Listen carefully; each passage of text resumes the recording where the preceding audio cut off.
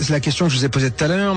Les médias, etc., etc., on a la sensation que on parle pas de tout cela, que tout est un peu caché. Qu'est-ce qu'elle retire de ce projet Bluebeam et de cette grande manipulation? D'abord les médias. Alors, les médias, de toute façon, sont complètement inféodés. Complètement inféodé à ce qu'on appelle les Illuminati, à ce réseau de sociétés secrètes. Par exemple, il n'y a jamais de petites annonces pour être présentateur aux 20h. Quand on est présentateur, c'est qu'on fait partie de certaines sociétés secrètes, qu'on s'est dans 99% des cas incliné devant le système, qu'on s'est incliné aussi devant le réseau de sociétés secrètes. Il y a aussi une ligne directrice à dire. Par exemple, dans la presse, on ne peut pas être pro-palestinien, il faut être pro-israélien, pro-sioniste. On ne peut pas dire la vérité sur le 11 septembre. Il faut suivre la version officielle qui est complètement Ce qui vous dérange quoi, vous, c'est la liberté d'expression, c'est ça? Il n'y a aucune liberté d'expression dans la presse, en fait. La presse, c'est la propagande du régime, que le régime soit de droite ou de gauche, parce que droite et gauche, c'est la même chose. Je pense que c'est une erreur de penser que les politiques sont impuissants ou incapables ou ne comprennent pas, en faisant comme s'ils servaient l'intérêt général, et pour servir l'intérêt général, effectivement, ils sont pas bons. Si on renverse la perspective en comprenant que finalement ces gens-là servent les intérêts de ceux qui les ont fait élire, et qui sont les 1% les plus riches de la population, à ce moment-là, c'est pas du tout une catastrophe. Vous parlez de catastrophe, mais c'est une réussite formidable. Tout se passe comme prévu. La sécurité sociale est détricotée, le chômage se porte à merveille, ce qui permet de tenailler les salaires et d'avoir des bas salaires, donc des hauts profits. Donc tout se passe bien, en fait, du point de vue des 1% qui se gavent comme jamais. Les banques qui devraient être en prison pour faillite frauduleuse, leurs patrons se font mieux payer que jamais et arrivent maintenant au gouvernement des différents pays. Je trouve que la situation est pas du tout catastrophique pour ceux qui financent les campagnes électorales des élus. Et je trouve que là, de ce point de vue, c'est assez logique. Hollande, il sert les intérêts de ceux qui l'ont fait élire en le faisant passer à la télé, dans les journaux. Et pourquoi une banque achète Libération? Pourquoi une banque achète Le Monde? Pourquoi une banque achète le quart Sud-Est? Pourquoi le Crédit Mutuel achète le quart de la presse quotidienne régionale? C'est pour gagner les élections. Et ensuite, les élus rendent des comptes à ceux qui les font élire. Le problème, c'est que nos élus ne doivent rien aux électeurs. Que vous votiez ou vous votiez pas, c'est pas vous, ce sera un autre. Ceux qui vont voter, c'est ceux qui regardent la télévision, qui sont pas politisés. Il faut qu'ils passent beaucoup à la télévision. Vous regardez les curseurs, c'est incroyable la similitude qu'il y a entre les courbes de passage à la télé et les résultats aux élections. Il suffit de monter les curseurs des challengers, vous les montez à 10, 15%, ça va donner l'impression de la pluralité. Et puis les deux partis qui ont la même politique de droite dure, qui s'appelle gauche et droite, mais en fait ils ont la même politique pour les industriels et les banquiers, les multinationales en fait. Vous les mettez au curseur plus haut et ils vont être élus l'un ou l'autre, en fait, peu importe, ils vont faire la même politique. Alors évidemment, les gens sont gentils, ils croient les candidats au moment des campagnes électorales, et c'est notre gentillesse qui fait la déception après. Mais enfin, après 200 ans d'échec du suffrage universel, qui permet aux riches d'acheter le pouvoir politique, depuis qu'ils écrivent les constitutions, ces gens-là ont mis en place un système, d'abord censitaire, là au moins c'était clair, et ensuite universel quand ils sont aperçus. Tocqueville disait très tôt, donc début du 19e siècle, il disait « Je ne crains pas le suffrage universel, les gens voteront comme on leur dira ». Et ça fonctionne très bien. Donc, le fait de désigner des maîtres au lieu de voter des lois est une imposture politique. Nous ne sommes pas en démocratie. En démocratie, nous voterions nos lois. Nous-mêmes, un homme, une voix pour voter les lois, pas pour désigner des maîtres. Le fait de nous imposer de désigner des maîtres est une supercherie. Ça donne un résultat plutocratique avec les riches qui dirigent depuis 200 ans. Alors aujourd'hui, on arrive dans une crise parce que le capitalisme n'arrive pas à verser suffisamment de salaire pour vendre leur camelote. Alors effectivement, ils prétendent que le système est en crise comme si c'était un accident. Mais c'est pas du tout un accident. Les choses se passent comme d'habitude, avec une impuissance politique. Vous avez raison sur l'impuissance politique, mais cette impuissance politique, elle est programmée. Il y a un endroit où il est écrit que le peuple n'a aucune puissance.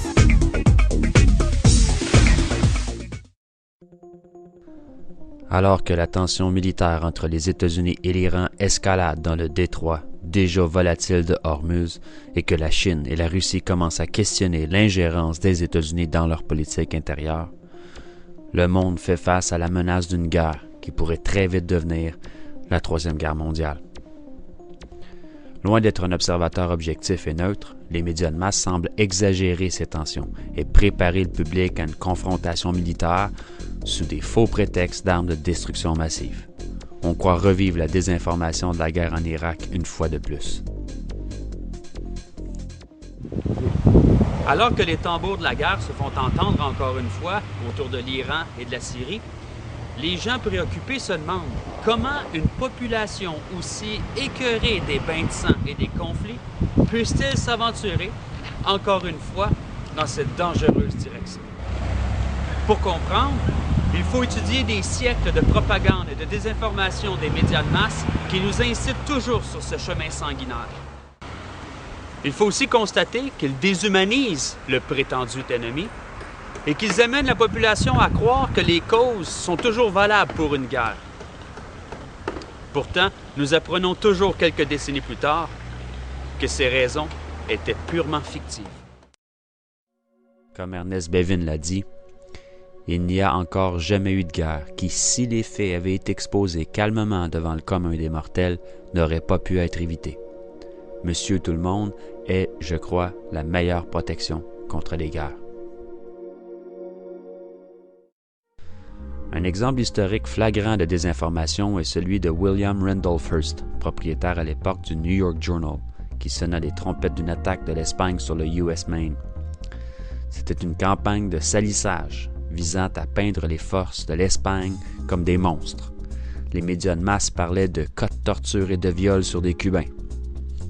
Après cette campagne de propagande, la guerre Espagne-États-Unis était accueillie à bras ouverts par le public, même s'il fut révélé que le feu dans un des bunkers de charbon du navire n'avait jamais été l'œuvre de sabotage espagnol.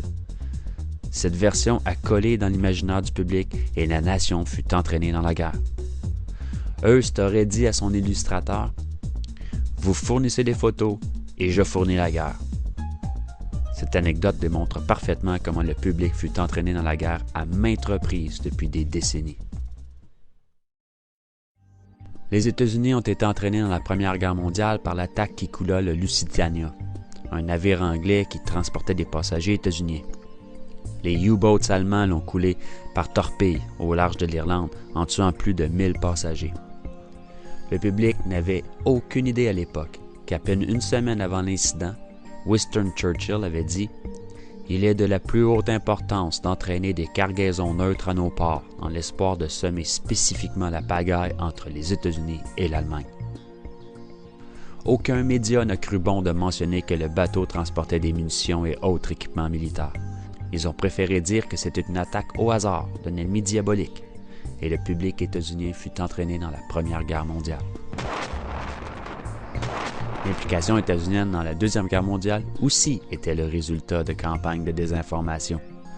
Malgré l'article du Honolulu Advertiser qui prévoyait l'attentat des jours avant l'attaque, le fait que le code naval japonais avait été déchiffré et que même Henry L. Stimson, le secrétaire de la guerre aux États-Unis, avait écrit dans son journal la semaine précédente, suite à une rencontre avec Roosevelt, « Nous devrions manipuler les Japonais à faire feu en premier, sans nous exposer à trop de dangers. » Le public a quand même été manipulé à croire que l'attaque était imprévisible. Il y a à peine un mois, un nouveau mémo déclassifié démontre que la FDR était au courant 3 jours à l'avance. Mais les livres d'histoire et le système d'éducation continueront de peindre ce 7 décembre fatidique comme une attaque surprise. En 1964, on a conduit le public à croire que les Vietnamiens avaient attaqué le cuirassé états-unien dans le golfe de Tonkin à 2 occasions. Les attaques furent représentées comme des exemples clairs d'agression communiste. Et une résolution fut adoptée au Congrès donnant au président Johnson la permission de déployer des troupes au Vietnam. En novembre 2011, la bibliothèque présidentielle a divulgué des enregistrements téléphoniques sur lesquels le président Johnson et le secrétaire de la Défense Robert McNamara discutent ouvertement la mise en scène du golfe de Tonkin comme prétexte afin de faire accepter une expansion du conflit. Il y a aussi à la fin 2005, la NSA a déclassifié ses propres archives sur l'incident de Tonkin et a admis que les officiers de la CIA avaient menti en déclarant que des patrouilleurs vietnamiens avaient attaqué un destroyer américain le 4 août 1964, alors qu'en réalité, ils n'avaient rien fait du tout, même lorsque les forces états-uniennes leur tiraient dessus. Finalement, 60 000 soldats états-uniens, 3 millions de Vietnamiens Les plus utopistes parlent d'1 million et 500 000 Laotiens et Cambodgiens ont perdu la vie suite à une attaque qui n'a jamais eu lieu nulle part sauf dans l'imagination de l'administration Johnson et dans les pages des médias états-unis. Plus récemment, c'est en direct à la télé des médias de masse, en 2003, qu'on nous lit le document qui affirme que l'Irak possédait des armes de destruction massive. Et ce, à un auditoire d'1 milliard de personnes. Mais voici ce que Colin Powell et Condoleezza Rice disaient moins de 2 ans auparavant. He has not developed any significant capability with respect to weapons of mass destruction. He is unable to project conventional power against his neighbors. We are able to keep arms from him. His military forces have not been rebuilt. Bien entendu, les médias de masse ne dévoileront pas la vérité à voix haute devant un auditoire d'1 milliard de personnes. Mais la vérité finit toujours par se savoir. Tony Blair a rendu public il y a quelques jours un rapport apparemment accablant sur les armes de destruction massive détenues par l'Irak. Mercredi dernier, devant le Conseil de sécurité de l'ONU et devant 1 milliard de téléspectateurs, Colin Powell vantait les mérites et le sérieux de ce document. Quelques heures plus tard, le scandale éclate lorsque la presse révèle que ce fameux rapport est un vulgaire plagiat, la photocopie avec faute de frappe d'origine d'une thèse rédigée par un étudiant californien. Les chiffres cités datent de 1991 et n'ont plus aucun rapport avec la réalité actuelle. Encore plus récemment, la Libye aussi a été le sujet d'une grande campagne de propagande et de désinformation. Il faut arrêter de croire aveuglément un vendeur de voitures. Il doit nous vendre une auto pour survivre. Il est capable de mentir. Eh bien, les membres représentants des médias de masse qui nous parlent aux nouvelles aussi sont des vendeurs. Ils nous vendent de l'info et leur salaire est payé par les entreprises qui se payent du temps de publicité ou du temps de cerveau disponible. On y reviendra. Depuis 1976 que les pays de l'OPEP n'acceptent que des dollars US en échange de leur pétrole. C'est depuis lors que le jeu est différent pour la Banque centrale états-unienne. Tous les pays du monde veulent des dollars US pour acheter du pétrole. Même des pays qui n'avaient jamais fait affaire avec les États-Unis veulent subitement leur vendre des biens et ressources en échange de billets verts sans valeur réelle. Même souvent, c'est même pas des billets, c'est de l'argent virtuel, comme on l'a vu dans la première partie. De plus, l'argent US est devenu par le fait même la monnaie internationale. Les riches des pays moins développés souffrent souvent d'une devise instable. Ils préfèrent donc stocker des dollars US. Tout ça permet aux banquiers centraux des États-Unis de créer autant d'argent qu'ils le désirent sans jamais causer trop d'inflation dans la nation puisque l'argent s'envole pour des pays étrangers et tend à y rester. Imaginez tout l'argent que ces banquiers accumulent. Chaque dollar est créé à intérêt. De plus, ils échangent à l'année longue des billets de coton avec de l'encre dessus, ou pire, des chiffres, simplement dans un ordinateur, contre des biens de consommation et des ressources de tous les pays du monde, et ce depuis bientôt 40 ans. Du papier contre de l'or, contre du bois, contre des voitures, contre des télés, des diamants, etc. C'est un super Klondike. Imaginez-vous que depuis 1996, que Mouammar Kadhafi tentait d'instaurer une monnaie unique pour le continent africain, le dinar en or, une monnaie avec une valeur réelle parce qu'elle aurait un contenu uniforme en or véritable.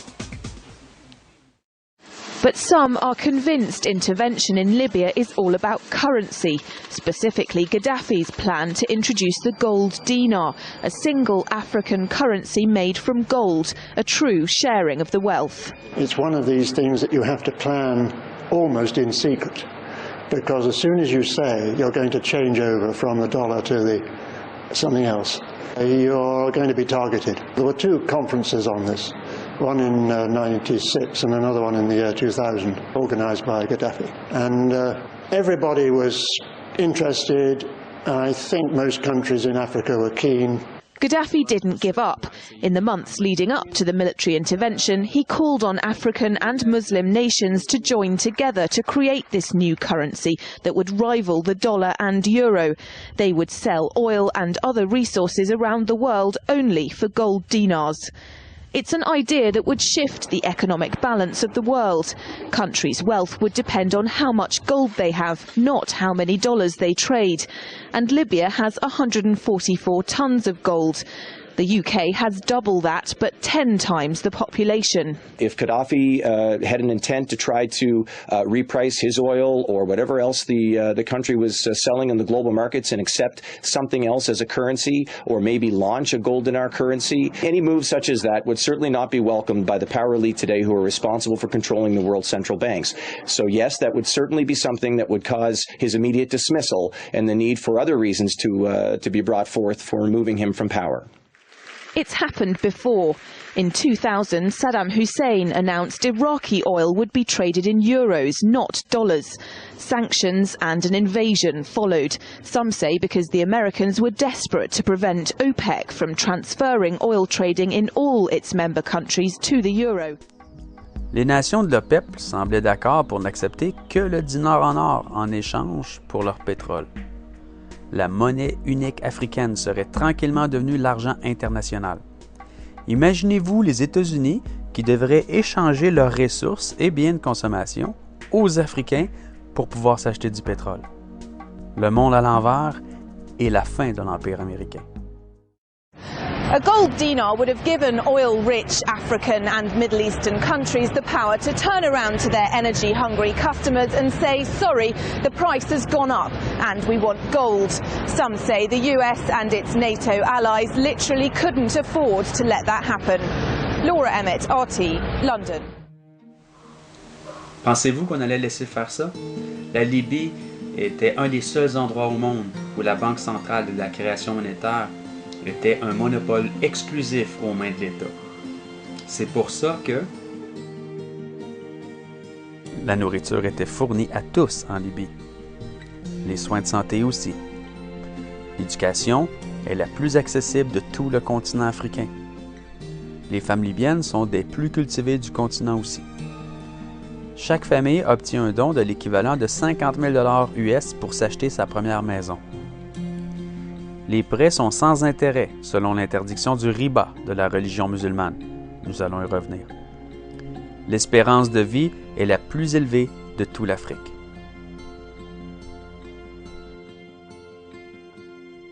Gilles Proulx. Bonjour, M. Proulx. Bonjour, Jean-François. Vous êtes allé il y a quelques années en Libye, hein? Il y a 3 ans, on m'a dit? Exactement, oui. Qu'est-ce que vous avez senti à ce moment-là? Le régime de Mouammar Kadhafi avait encore une pointe de fer sur ce pays-là. Qu'est-ce que vous avez senti en voyageant dans ce pays-là? Ben, j'ai senti la solidité du régime, le culte de la personnalité. Il y avait des panneaux réclames partout où on voyait Kadhafi, ses lunettes fumées regardant vers le haut, cherchait-il l'avenir, à savoir s'il était incertain ou pas. Ce qui m'avait étonnamment surpris, c'était quand même le progrès social qu'a fait ce pays-là et économique. Parce que je veux bien admettre qu'il a volé des milliards, mais il en investit beaucoup. Par exemple, Lavalin était là et travaillait à fertiliser le désert, ce qu'il avait amorcé d'ailleurs, pas rien que Lavalin, mais d'autres compagnies. Mm-hmm. Et les universités étaient bondées de femmes. Ça m'a étonné, mais étonnamment surpris, pour un pays arabe où la femme est toujours à l'écart, malgré que dans les rues, les banques, les commerces, la femme est à l'écart. Ça, c'est très malheureux. On déplorait justement l'absence de la femme. Mais dans les universités, pourquoi y a-t-il un rattrapage à faire? Sans doute, puisqu'on me disait et on se vantait que la Libye était le pays le plus instruit de l'Afrique, juste derrière l'Afrique du Sud peut-être, ou au même niveau. Alors, ça vous donnait une idée comme quoi les pétrodollars avaient servi quand même à quelque chose. Il n'y avait pas de quêteux dans les rues. Et puis, bon, le pays était quand même, en termes d'infrastructure, très avancé. We also visited Libya before, and what we found was a normal situation where people were fine. Differently from other countries that went through a revolution, Libya is considered to be the Switzerland of the African continent and is very rich, and schools are free for the people. Hospitals are free for the people, and the conditions for women are much better than in other Arab countries. Peut-être aurions-nous plus de respect pour nos dirigeants en Occident s'ils partageaient autant du butin avec nous. Bien sûr, le pétrole libyen est aussi très attirant car c'est non seulement du pétrole de plus pour nous, mais c'est du pétrole de moins pour la Chine. La Libye est un oasis humide, un paradis agricole pour l'Afrique, et c'est Kadhafi qui a fait tout ce système d'irrigation pour le peuple. Cet or bleu est très convoité en ce 3e millénaire. D'ailleurs, une transnationale française est déjà sur le contrat, probablement pour la vendre à Israël après. Mais leur priorité était vraisemblablement le monopole de création de l'argent, car la première chose que nous avons faite, à peine une semaine après que l'OTAN a commencé à bombarder la nation, femmes et enfants d'abord, a été de privatiser la Banque centrale libyenne. Lorsqu'on comprend le pouvoir immense et exponentiellement enrichissant de la création d'argent, on sait pourquoi nous avons privatisé la Banque centrale libyenne. Kadhafi n'est pas un ange. Il est un dictateur. Il a tué des gens. Il en a mis en prison. Mais nous n'avons vraiment pas de leçon à lui donner. S'il a été capable de faire autant pour son peuple avec le potentiel d'un petit pays africain, imaginez ce que les dirigeants du Canada ou de la France pourraient faire pour le peuple.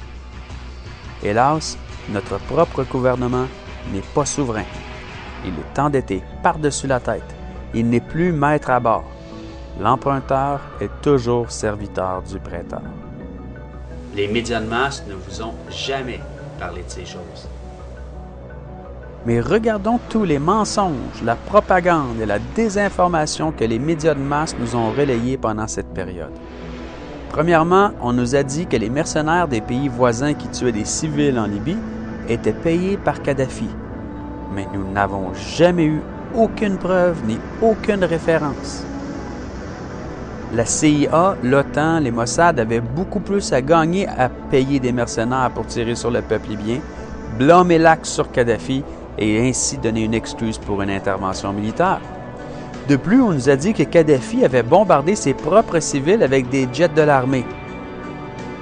Mais malgré qu'on peut filmer un jet qui laisse tomber une bombe à des kilomètres à la ronde en Libye, et que nous avons vu des images filmées par des milliers de cellulaires partout en Libye, tout le long des manifestations, personne n'a réussi à filmer ces supposés bombardements. Quelle coïncidence! Serait-ce à dire que ces bombardements n'ont jamais eu lieu?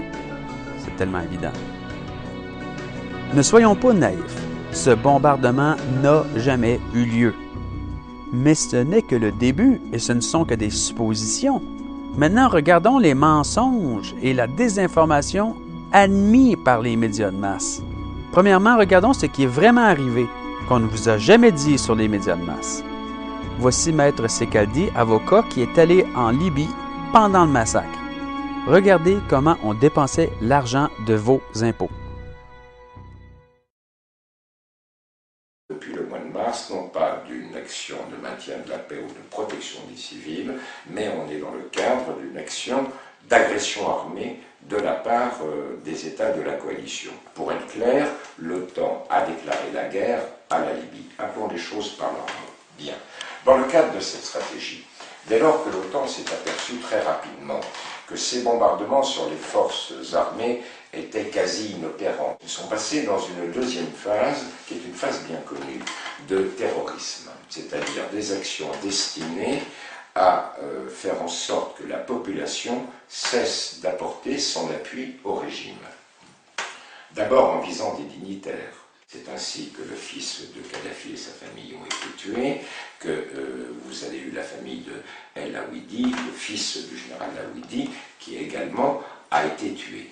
Et puis vous aviez la phase directement dirigée contre les populations civiles, qui visait à détruire les infrastructures, pour qu'il n'y ait plus d'électricité par exemple. Ce qui est mis dans les frigidaires va se périmer tout de suite, alors que vous avez des chaleurs de 41 degrés, et que nous sommes en période de Ramadan, les gens mettent dans le frigidaire ce qu'ils vont consommer le soir après la rupture du jeûne. Il y a des bombardements de centres d'alimentation. Pourquoi ? Parce qu'à partir du moment où vous bombardez les centres d'alimentation, il y a moins d'alimentation, ce qui fait que cela a des effets sur les prix courants et la population à ce moment-là prend de plein fouet ces restrictions. Vous aviez des bombardements de villages de pêcheurs. Alors ce n'est pas un objectif stratégique, un village de pêcheurs. Mais si vous détruisez les barques des pêcheurs, les pêcheurs ne pourront plus pêcher. S'ils ne peuvent plus pêcher, ils ne pourront pas vivre du produit de leur pêche. Et ils ne pourront pas vendre leur produit de leur pêche. Bien. Et puis vous avez eu des bombardements mais sur les populations civiles elles-mêmes. Si vous voulez, quand vous prenez le bombardement de mer, vous avez eu la semaine dernière 85 morts. Puis je fais une parenthèse sur ce point. Lorsque 7 Israéliens sont tués par les Palestiniens, la presse en fait des gros titres. Bien. En revanche, quand vous avez 85 victimes libyennes, femmes et enfants compris, qui sont tués par les bombardements de l'OTAN, eh bien, quelques lignes, dégâts collatéraux et explications dans le cadre d'enquêtes qui seraient déclenchées. Quand vous prenez ce bombardement, il est très révélateur. Le premier bombardement a lieu à 23h05. Le deuxième bombardement a lieu à 23h15. Si effectivement c'était un objectif militaire, le but était atteint. Premier bombardement, deuxième bombardement. Le troisième bombardement va intervenir à 2h30 du matin. Qui pouvait être sur place à 2h30 du matin?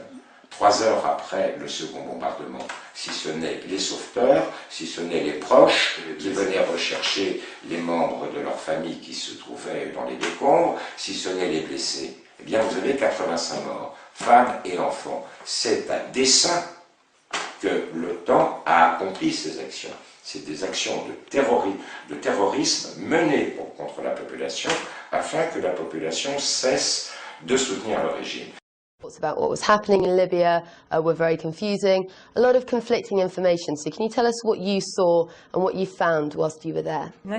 We went to Libya on the 28th of July and we came back on the 7th of August, and we found a totally different situation because NATO was bombarding civilians. The bombings were not only carried out on military targets, but they also hit houses, hospitals, schools, television centers, and this was totally against the humanitarian reasons they said they were there for.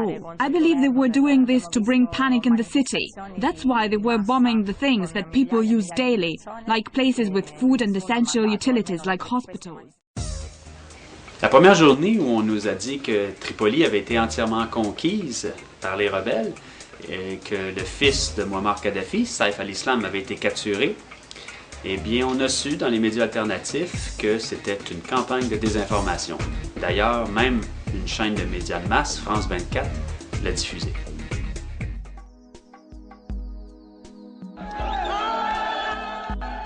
On le disait arrêté, on le disait quasi en route vers la Cour pénale internationale, mais il n'en est rien. Saif al-Islam, l'un des fils du colonel Kadhafi, son bras droit, son porte-parole officieux, est libre. Toujours à Tripoli, entouré d'une foule de partisans.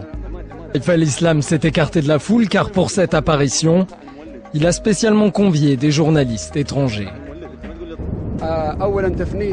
Premièrement, je dément toutes les rumeurs. L'OTAN et l'Occident ont une technologie qui leur permet cela. Ils ont brouillé la communication et envoyé de faux messages au peuple libyen par le biais d'un réseau Libya, je ne sais trop quoi. Et ils ont arrêté la diffusion radio. Ils ont créé une guerre électronique et médiatique pour répandre le chaos en Libye. We can see still how much the media are manipulating the situation. They say that Gaddafi's sons have been arrested, whilst this turns out to be untrue. They report that all of Tripoli has been taken over by the rebels, and this also proves untrue. We saw pictures of Green Square that is completely full of rebels. But if you compare those pictures to other pictures of Green Square, it's completely different. It seems like a set was created on purpose to make the public think that all of Tripoli was taken over by the rebels, and all the Gaddafi family was dead. We think this is a NATO tactic because they want people to think that rebels have taken power. Les images de la place verte qu'on nous a présentées étaient celles d'une scène de cinéma en carton montée au Qatar. Plusieurs dizaines de témoins ont affirmé avoir vu la scène et un membre dirigeant du CNT, qui était le Comité national de transition en Libye, l'a même admis publiquement dans les médias arabes. La BBC, argumentablement la plus grande chaîne de nouvelles télévisées au monde, nous a même montré des images d'une manifestation en Inde, en la faisant passer pour une manifestation à Tripoli à la place verte. Let's just take you live to Tripoli. I want to show you some pictures there. This is people in Tripoli in the center. I think it's Green Square, renamed Martyr Square, call it, choose your name. Officially, really. I suppose, yeah, still Green Square, but but renamed by those, but as you can see, a huge throng of people now turning out. We spoke very briefly to Schwab this morning, who described the scenes of jubilation and celebration, saying it was a very good day. more on that after 7 o'clock. Now, thank you.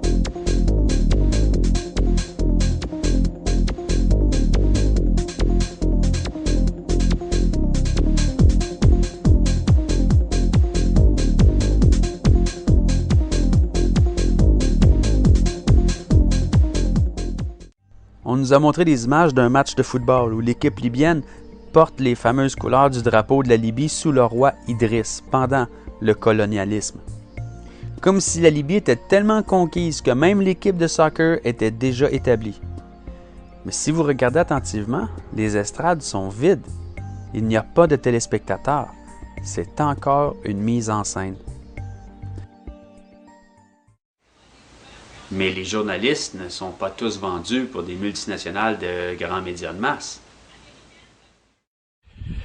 Nous sommes ici à Sorman, un quartier résidentiel à 65 km à l'ouest de Tripoli. Et ici, le 20 juin, vers 2 h du matin, 8 roquettes se sont abattues sur ces bâtiments.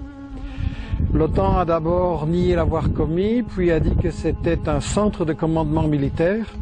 Alors je vous propose de vérifier ce qu'il y a vraiment ici. Il s'agit en fait d'une grande villa au milieu d'un parc dont les palmiers ont été offerts par différents souverains arabes au propriétaire des lieux, Khwildi Hamidi, 68 ans. Passionné de nature, Hamidi avait fait venir toutes sortes d'animaux du monde entier et ses petits-enfants jouaient paisiblement dans ce petit paradis en harmonie avec la nature.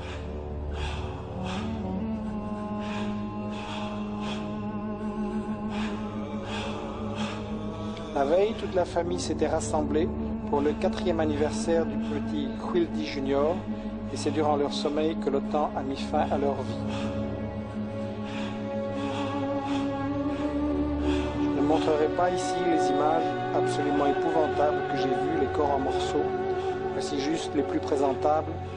Et je pense que le public a le droit de savoir et de regarder en face ce qui est vraiment la guerre humanitaire de l'OTAN.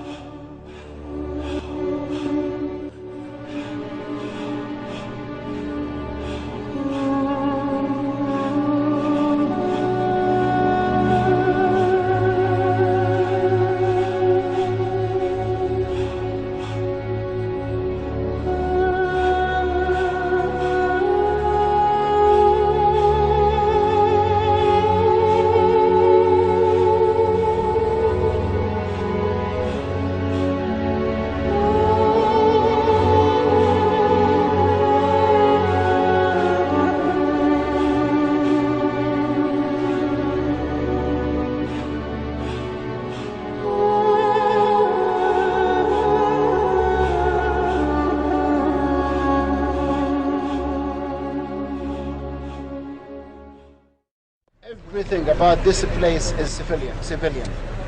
The people are civilian. The location itself is civilian.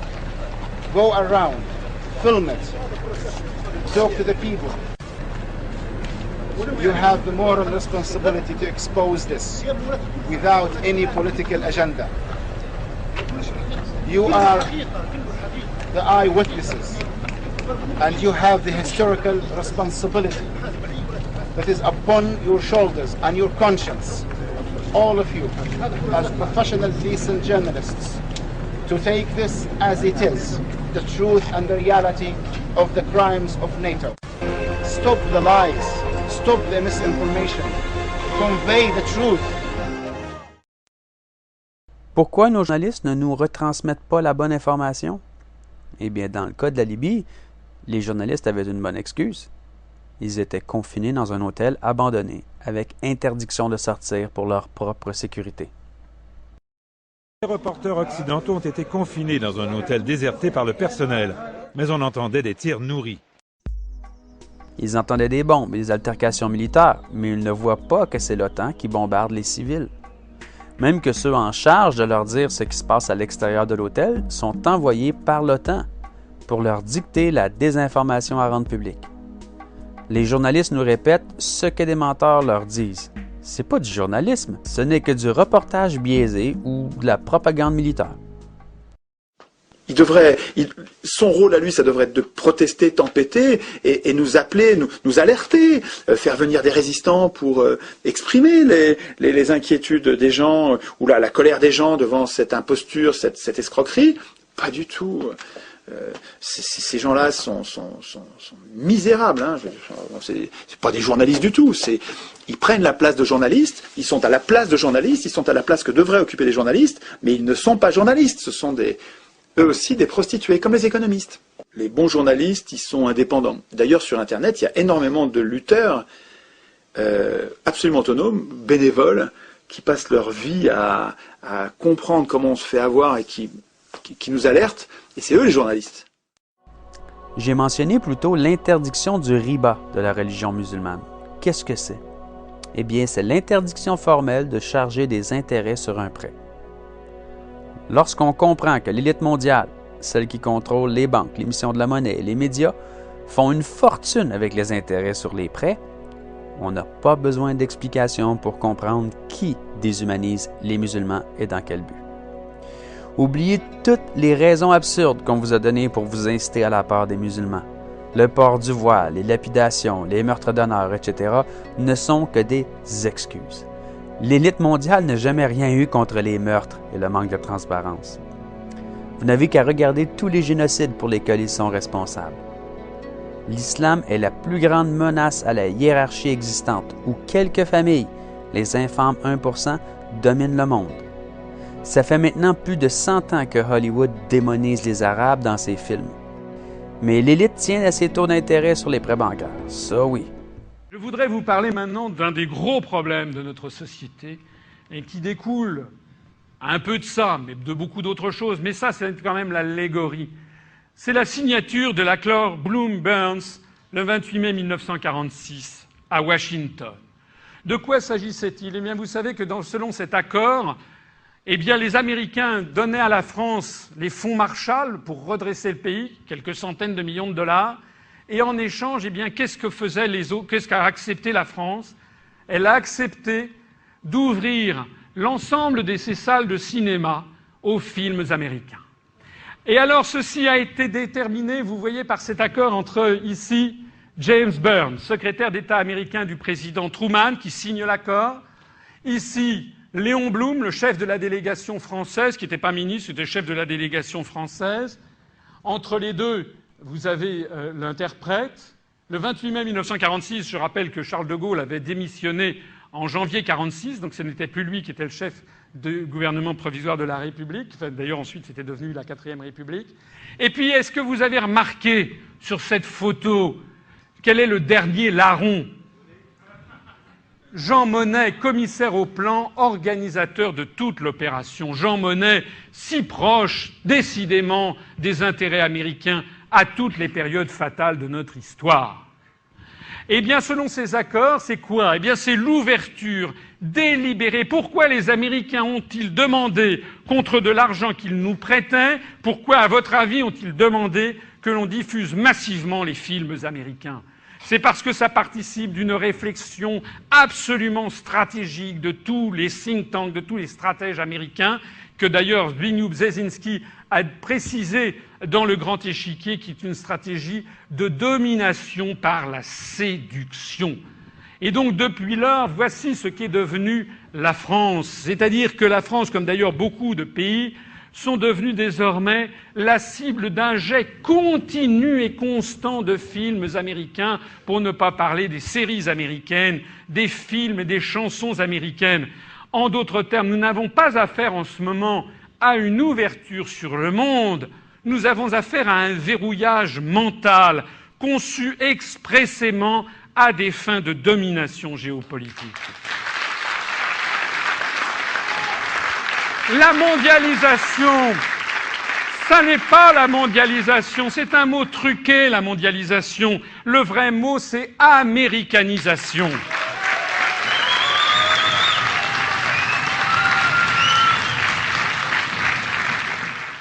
Mais la machination médiatique ne fonctionne pas si bien parce qu'il y a de plus en plus de gens qui se tournent vers la religion de l'islam. La désinformation et la propagande anti-musulmane n'a pas eu raison de cette religion. C'est pourquoi nous avons maintenant recours aux guerres et aux occupations illégales basées sur des faux prétextes d'armes de destruction massive, de motivation humanitaire et de protection des femmes. Vous n'avez jamais cru à ces mensonges de toute façon. Vous savez que nous sommes là-bas pour leur pétrole. Mais si vous comprenez la valeur exponentielle et la facilité à faire de l'argent avec de l'argent, vous comprenez que le contrôle de l'émission de la monnaie d'une nation est extrêmement plus lucratif que son pétrole. Toutes les industries d'une nation vont profiter à ceux qui émettent l'argent, incluant le pétrole. Les médias manipulent la masse à associer les musulmans au terrorisme. Mais tout le monde sait que les plus grands terroristes du monde sont les États-Unis. Les musulmans ne arrivent pas à la cheville. Et ils s'inquiètent de la perte de crédibilité de l'information. Le public n'est pas dupe. Notre jupon dépasse trop. Et le jupon dépasse dans le cas des médias. Ça n'est pas moi qui le dis, ce sont les statistiques officielles de toutes les polices européennes après examen précis des actes terroristes. En d'autres termes, au cours des 5 dernières années, 100% des nombreuses attaques terroristes en France ont été dues à des mouvements séparatistes, pour 95% d'entre elles, et à des attentats mafieux pour 5%. En revanche, le terrorisme se réclamant du djihadisme, qui figure comme l'une des principales menaces contre la France dès le premier paragraphe du résumé du livre blanc de la défense et de la sécurité nationale, a représenté 0%.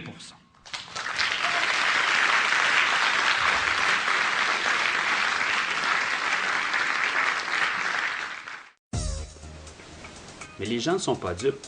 De plus en plus de gens prennent leurs nouvelles des médias alternatifs. Les médias de masse perdent des plumes de jour en jour. Mais plusieurs suivent encore le troupeau. Pourquoi? Eh bien, regardez bien cette expérience. Si vous embarquez dans un ascenseur et qu'il y a 20 personnes dans cet ascenseur et que 19 de ces personnes fixent le mur du fond de l'ascenseur, par conformité sociale, même si la bonne chose à faire est de regarder la porte de l'ascenseur pour la voir ouvrir, mais pour s'intégrer avec la majorité, nous regardons le mur du fond. Nous ne savons même pas pourquoi, mais ça semble être le statu quo. Les complices font tous face au mur du fond. Et vous verrez comment cet homme, en imperméable, essaie de maintenir son individualité.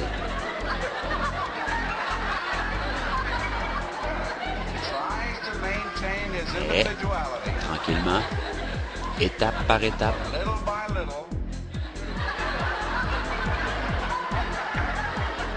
il regarde sa montre comme excuse pour pouvoir tourner la tête un peu plus vers le mur du fond.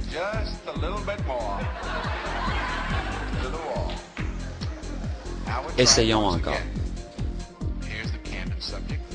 On peut voir arriver le sujet et nos 3 complices. Et cet homme a apparemment participé à des groupes dans le passé.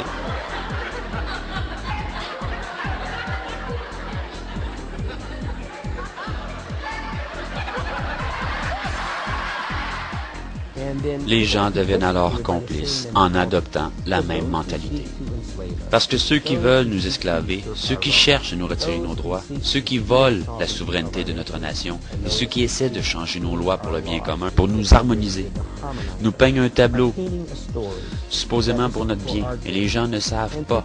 Même nos officiels élus ne fouillent pas pour lire toutes les implications du plan de ces ententes de libre-échange. Et réaliser, mon Dieu, ça c'est mauvais pour notre pays. Et quand ces gens reconnaissent que c'est la guerre, et nous sommes vraiment dans une guerre silencieuse pour notre nation, et pas juste le Canada, toutes les nations sont sous la même menace. Ceux qui cherchent à nous esclaver réalisent que l'opinion publique est indispensable. Pour eux, ça signifie comment contrôler les opinions d'une population et d'individus. Eh bien, vous achetez leurs opinions, leurs programmes de télévision, vous les bombardez avec les mêmes messages sans arrêt. Et là encore, progressivement, la société se fait laver le cerveau. Vous leur dites que c'est pour leur bien commun, que c'est inévitable, que nous allons dans cette direction, et nous suivons donc tout ce qu'on nous dit à la lettre comme un mouton aveugle. Only one of the people in the group is a real subject, the 5th person with the white t-shirt. The others are Confederates of the experimenter and have been told to give wrong answers on some of the trials. The experiment begins uneventfully as subjects give their judgments. 2, 2, 2, 2, 2, 3, 3, 3, 3. But on the third trial, something happens. 2, 2, 2, 2, 2. The subject denies the evidence of his own eyes and yields to group influence. Ash found subjects went along with the group on 37% of the critical trials. Sometimes we go along with the group because what they say convinces us they are right. This is called informational conformity. But sometimes we conform because we are apprehensive that the group will disapprove if we are deviant. This is called normative conformity. The strength of the normative factor is shown in another variation carried out by Ash. In this variation, the subject is told that because he had arrived late, he would have to write his answers. Subjects in this private response experiment are exposed to the same amount of misleading information as other subjects, but they are immune from any possible criticism by the group. 1, 1, 1. And this enormously reduces the pressure to conform. Conformity drops by 2/3.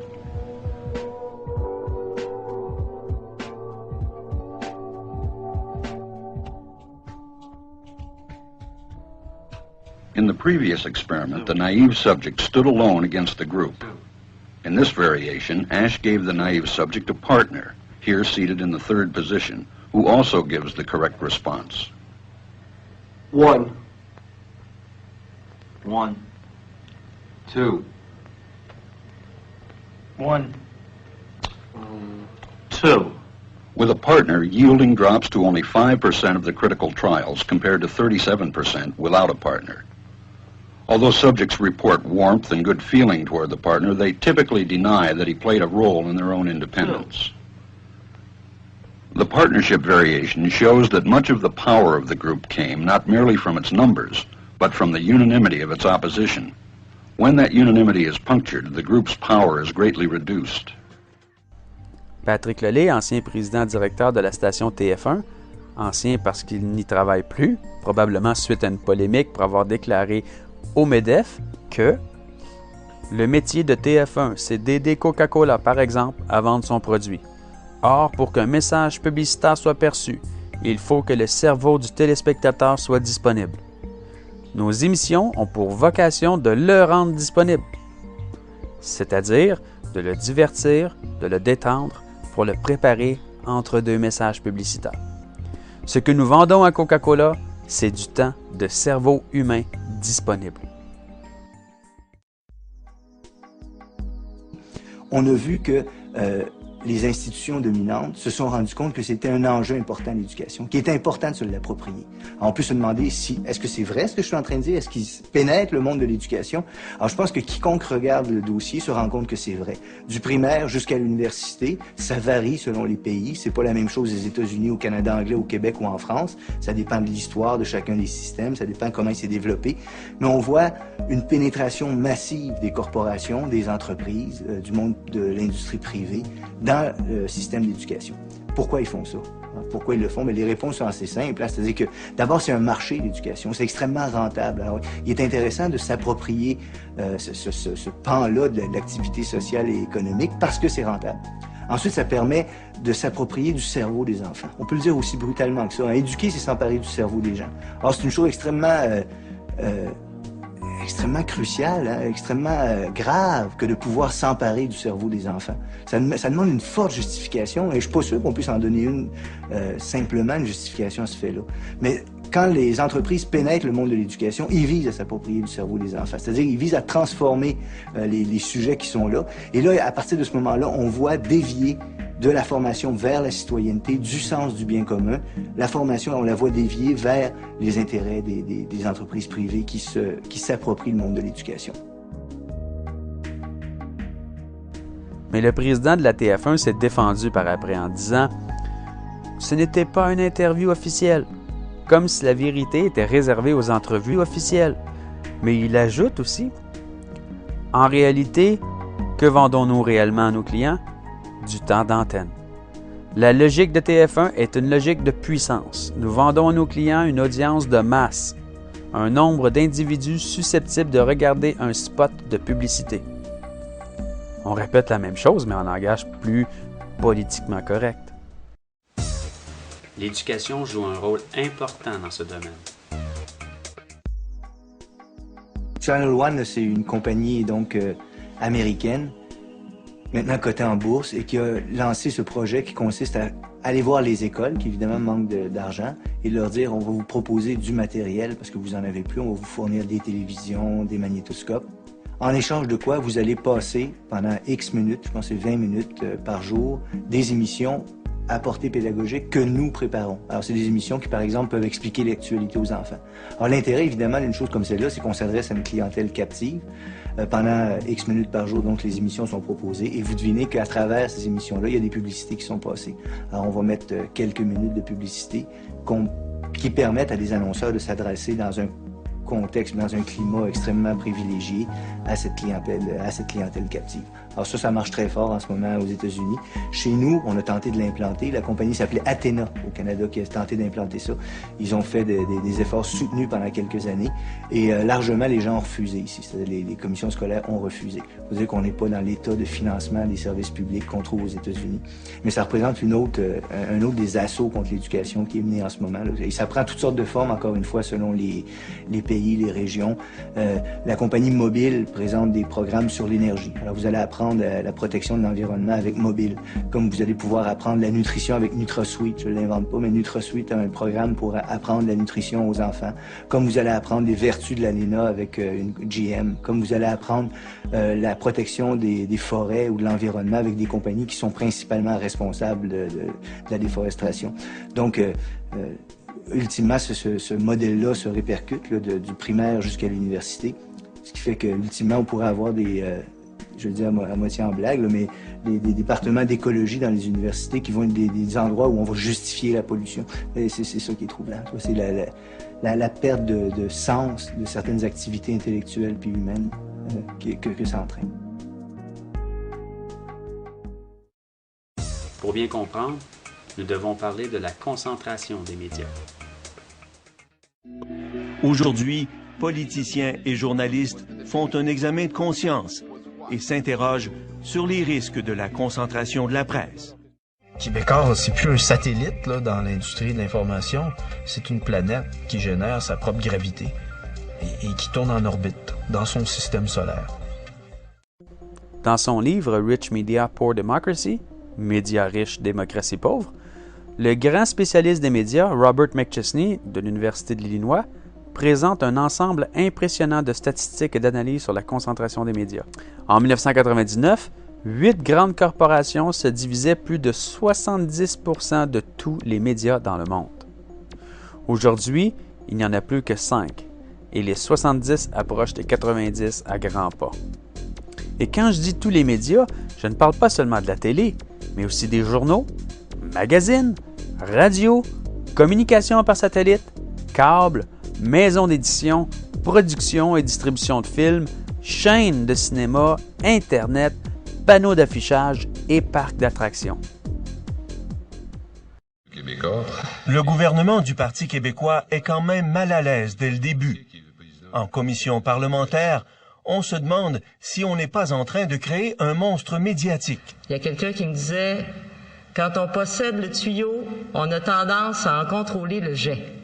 Vous parlez de convergence, votre convergence est énorme. Vous pouvez faire et défaire les carrières artistiques et journalistiques. Lorsque l'information est si contrôlée, on ne peut pas s'attendre de l'info impartiale. Cette concentration outrancière ne saute pas aux yeux du profane, étant donné que la plupart des sociétés continuent de diffuser sous d'autres noms. Par exemple, CNN, HBO et Warner Brothers, tous appartiennent à Time Warner. Un peu comme on l'a vu récemment dans un reportage de RDI sur Québécois, on ne saurait exagérer l'importance de cette concentration et l'influence que ces quelques entreprises colossales exercent sur nos dirigeants et la politique partout dans le monde. Ancien président du Conseil de presse du Québec, Raymond Corriveau croit qu'il y a peut-être de bonnes raisons pour le gouvernement de ne pas affronter Québecor. Qui veut aller en élection avec un groupe de médias contre lui? Quel gouvernement qui veut faire ça? Quand on a 30% de l'écoute, quand on a un puissant pouvoir d'influence, il n'y a pas grand monde qui veut faire ça.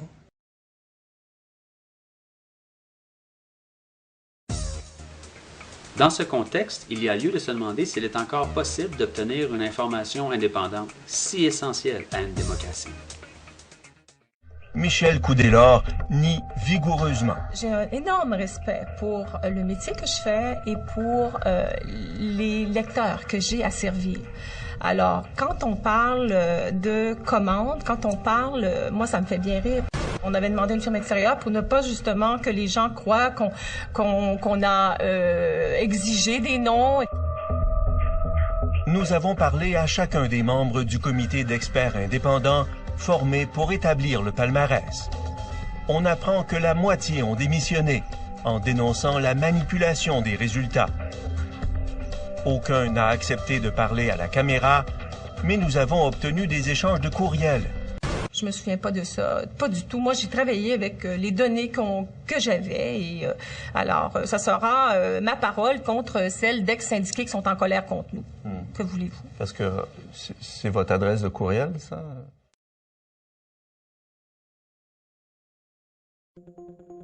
Un sondage à l'échelle nationale, en début de 2004, soit 9 mois après l'invasion de l'Irak, a démontré que les États-Unis qui tiraient leur information de Fox News, ce qui représentait 40% de la population, étaient bien désinformés sur la guerre.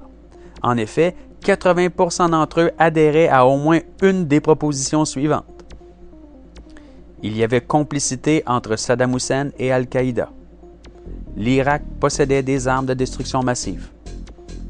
La majorité des nations mondiales supportaient l'invasion états-unienne.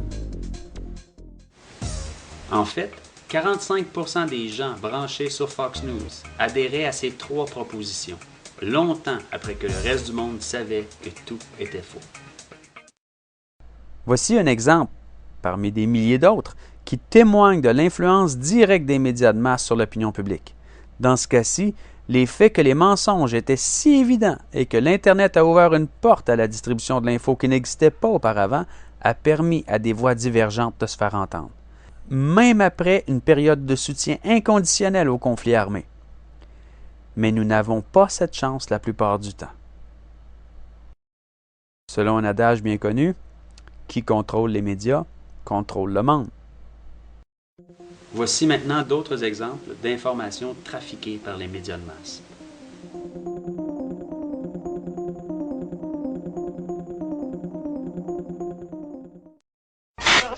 Il n'y a que des innocents ici. Il n'y a pas de base militaire.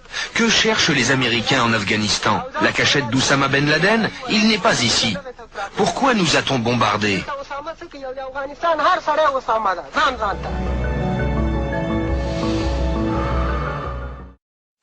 Environ 200 personnes ici sont mortes. L'Amérique nous demande de livrer Ben Laden, mais vous savez, en Afghanistan, nous sommes tous Oussama Ben Laden.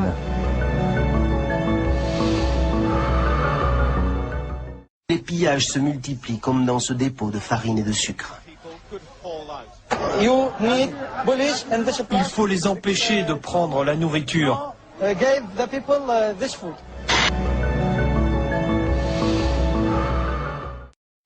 Oui, on a l'autorisation. Les Britanniques nous ont dit qu'on pouvait se servir.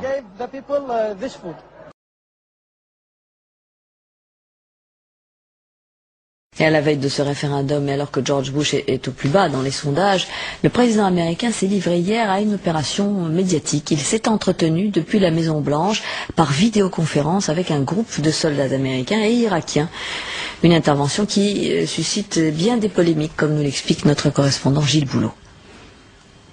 Ce devait être un dialogue improvisé entre le président des États-Unis et une dizaine de soldats américains stationnés en Irak.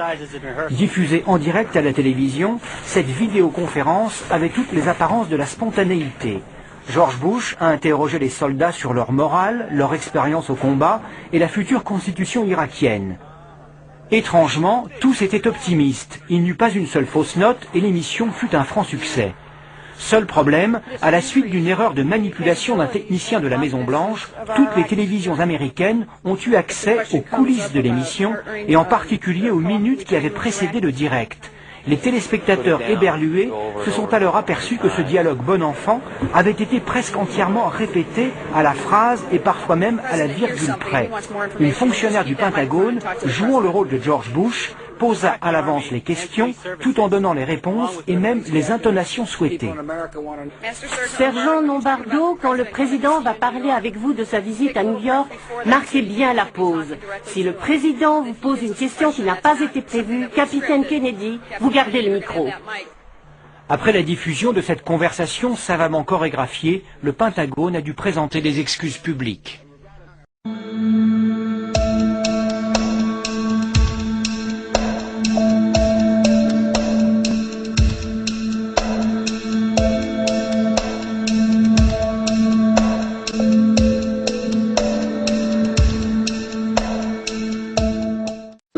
Aujourd'hui, pour séduire les jeunes, l'armée a une nouvelle arme de propagande, un jeu vidéo. Le joueur se glisse dans la peau virtuelle d'un soldat américain. Ce jeu a coûté 7 millions de dollars à l'état-major, mais il est offert gratuitement sur le site internet de l'armée. J'ai envie de jouer quand je regarde le journal de TF1 le soir et que je vois la guerre en Irak. Et sincèrement, j'aime beaucoup les États-Unis, j'ai très envie de les aider quand je les vois comme ça.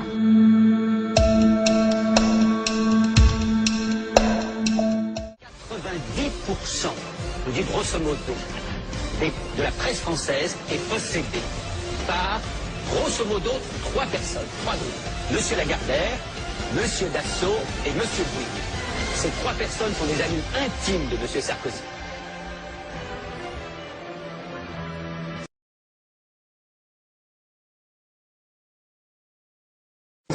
Nous venons de recevoir les images de cette première attaque terroriste contre les forces américaines au Koweït. Une attaque à la grenade lancée, je vous le rappelle, sur une... Le suspect de confession arabe a été arrêté. Il a finalement avoué.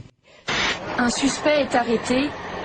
C'est un soldat américain, membre de la division. Donc un soldat américain de confession musulmane et non pas de confession arabe, comme je l'ai dit.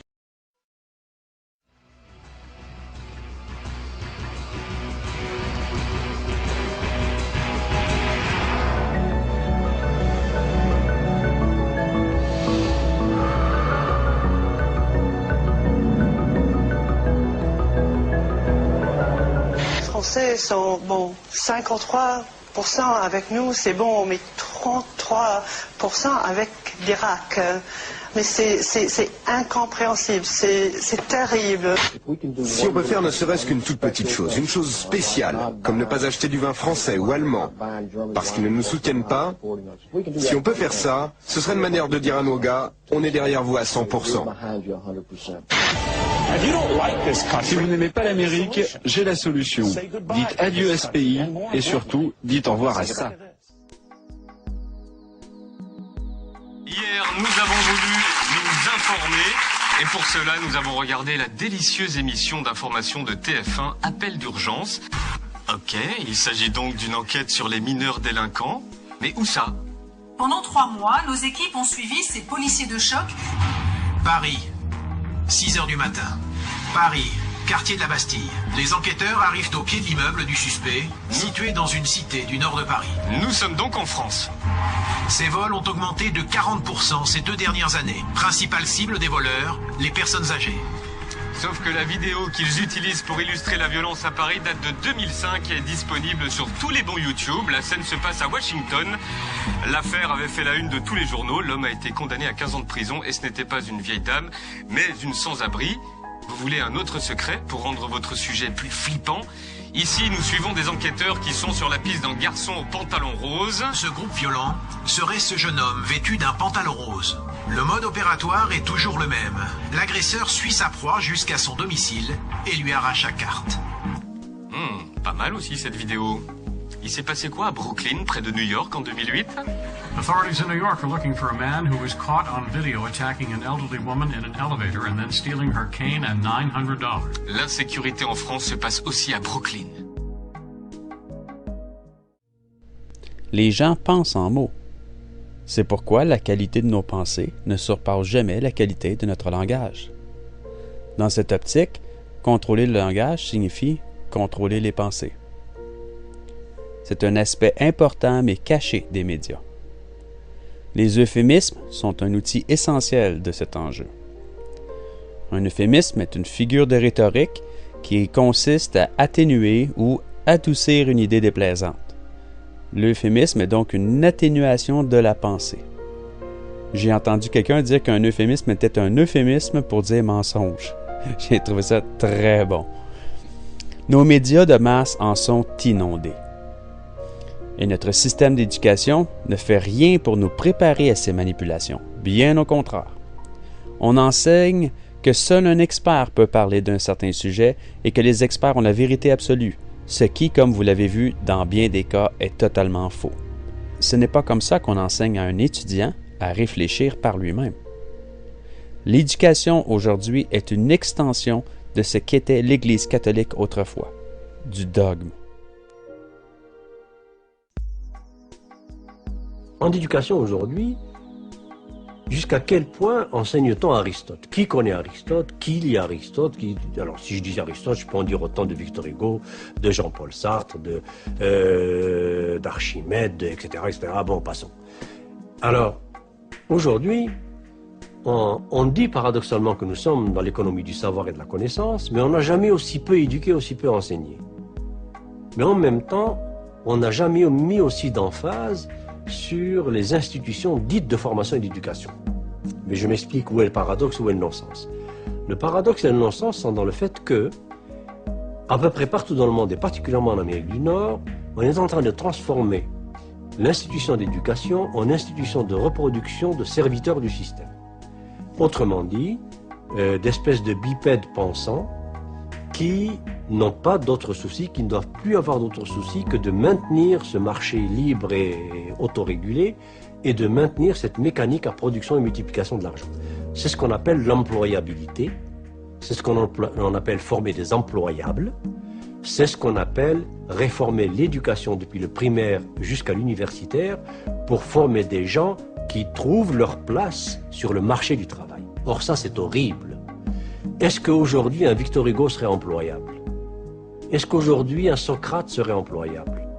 Est-ce qu'aujourd'hui un Paul Verlaine, un Rimbaud serait employable? Non. Donc il n'y en aurait pas. Mais que serait l'humanité sans Socrate, sans Aristote, sans Rimbaud, sans Verlaine, sans Victor Hugo? Que serait l'humanité sans ces gens-là? Nous serions des animaux. Alors aujourd'hui, sous prétexte que ce n'est pas employable, que le marché n'en veut pas, eh bien, on ne forme plus de poètes, on ne forme plus de gens de littérature, on ne forme plus de gens de mathématiques pures, on ne forme plus de gens de physique théorique, on ne forme que ce que l'industrie, l'entreprise financière veut pour alimenter la machine à multiplier l'argent.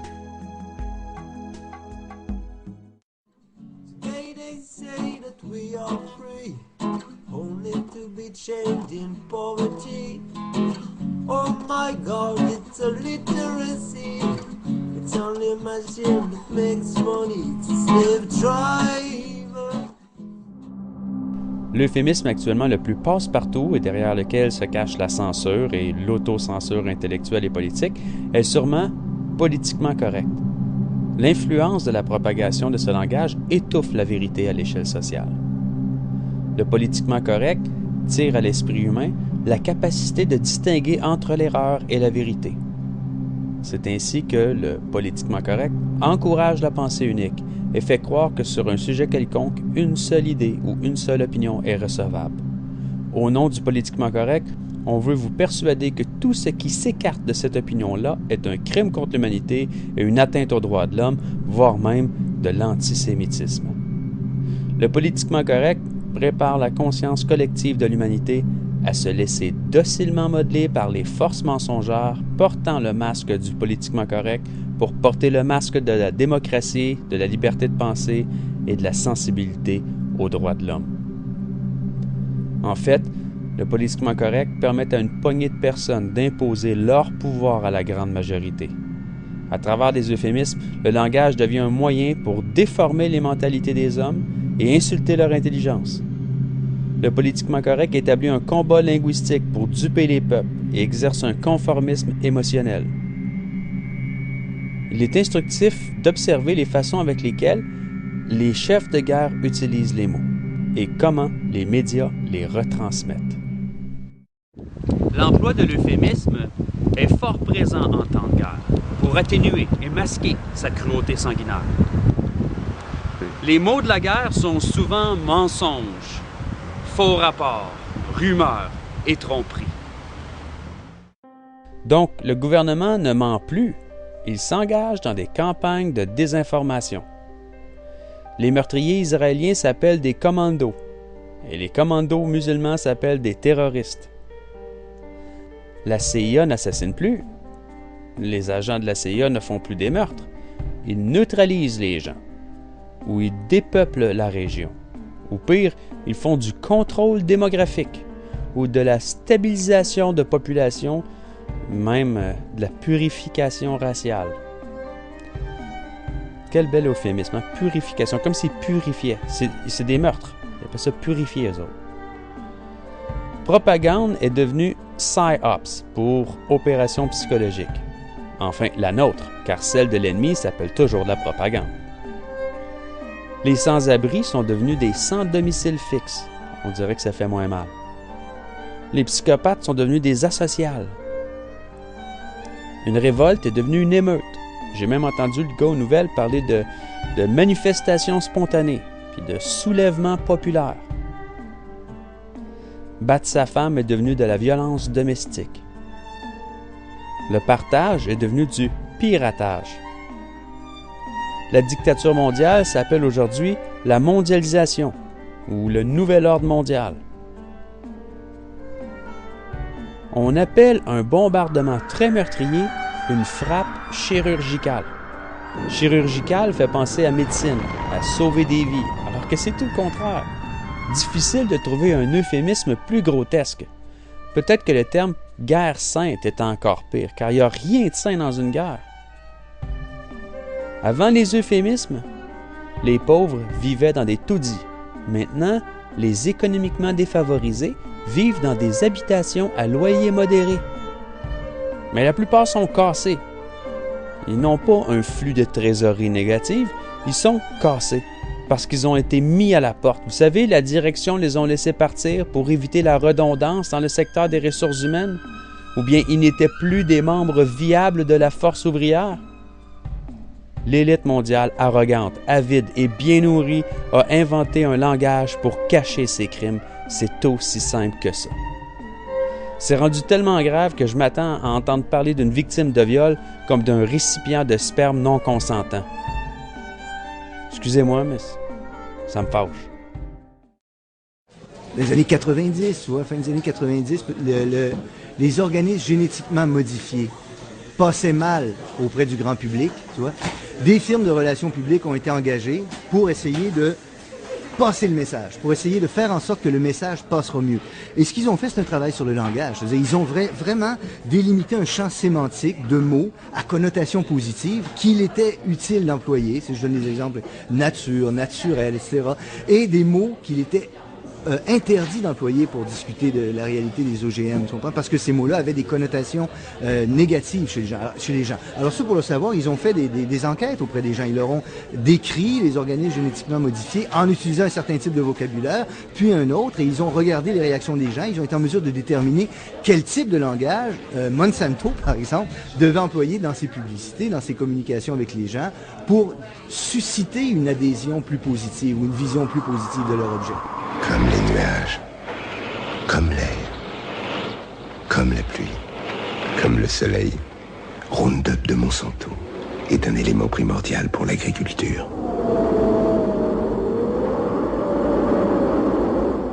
Roundup de Monsanto, très proche de la nature. En matraquant des messages, même aussi dénudés de sens, les gens finissent par y croire. Dans le système capitalisme, par exemple, on matraque dans la tête des gens qui sont soumis à la loi de la jungle. que le plus gros mange le plus petit. On a ainsi convaincu certains d'entre nous que l'homme ne valait pas plus que l'animal. On nous amène à ne concevoir que le côté compétitif de l'homme. C'est vrai que l'homme est compétitif, mais il est aussi meurtrier, voleur et violeur. Il est aussi amour, partage, compassion et respect. Tout le spectre des émotions et des comportements habite l'homme. Êtes-vous un tueur? Allez-vous violer votre voisine sous prétexte que nous sommes des animaux de la jungle? Non? Pourquoi pas? Parce que vous êtes plus que ça et vous le savez. On ne vous a pas endoctriné à croire que le vol, le meurtre et le viol étaient bien. Mais dans le capitalisme, on conditionne l'homme à ne faire le focus que strictement sur son côté compétitif. Si l'homme était aussi compétitif qu'on essaie de nous le faire croire, ça voudrait dire que si on enfermait un homme avec sa femme et ses 3 enfants dans une chambre avec rien à manger pendant plusieurs jours, au moment où on leur donnerait une pomme, l'homme tuerait sa femme et ses enfants pour l'avoir à lui tout seul. Mais oui, il est plus fort. Je crois pas du tout à cette vision de l'homme. La grande majorité des hommes partageraient la pomme avec toute la famille parce que l'homme n'est pas que compétition. Nous sommes plus de 7 milliards d'êtres humains sur Terre et les ressources s'épuisent à vue d'œil. Ça signifie que le gâteau ne grossit plus, mais le nombre de gens qui doivent se partager ce gâteau augmente. Comment l'élite mondiale, les richissimes mégalomanes peuvent-ils garder leur part du gâteau ou même l'augmenter? Il n'y a qu'une seule façon, c'est de réduire notre part à nous. Et comment justifier ça? En endoctrinant les gens à accepter que l'homme est un animal qui tuerait sa femme et ses enfants pour la pomme. Et c'est l'illusion dans laquelle une grande partie de l'humanité se laisse bercer. Mais comme nous l'avons vu en 2011, un nombre grandissant de gens partout dans le monde ont la dignité de se lever et d'occuper les grandes villes pendant des longues semaines parce qu'ils ne se laissent plus bercer dans l'illusion du mensonge, des euphémismes puis du politiquement correct. Nous sommes beaucoup plus que des animaux, ou du moins nous avons le potentiel de le devenir. C'est un choix qui vous appartient. Pas étonnant que nos experts soient souvent d'accord avec cette élite. Ils ont étudié leur programme. De toute façon, les historiens et les intellectuels honnêtes sont d'accord pour dire que les intellectuels servent toujours les intérêts de l'élite, sauf marginalement.